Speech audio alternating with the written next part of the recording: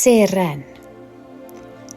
Mae'n hwyr y dydd dan yr awyr ddu, ac mae rhywrai ar ddi hun yn chwilio'r nos am seren fach, am y golau lleiaf un.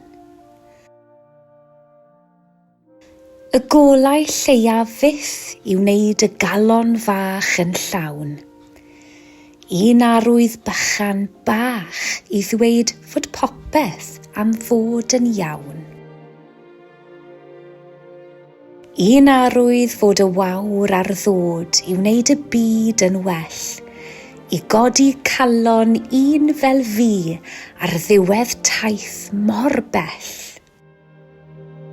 Mae'n hwyr y dydd dan yr awyr ddu, ac mae rhywrai ar ddi hun, yn gwybod mae'r golau lleiaf oll yw'r golau mwyaf un.